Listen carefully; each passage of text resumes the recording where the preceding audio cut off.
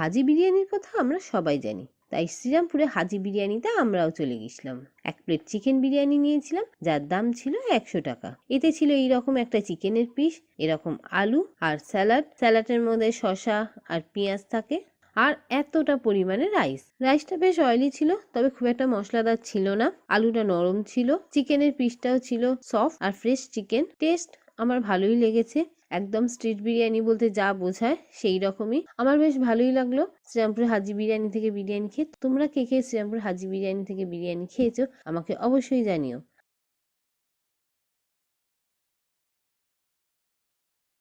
হাজি বিরিয়ানির কথা আমরা সবাই জানি, তাই শ্রীরামপুরে হাজি বিরিয়ানিতে আমরাও চলে গেছিলাম।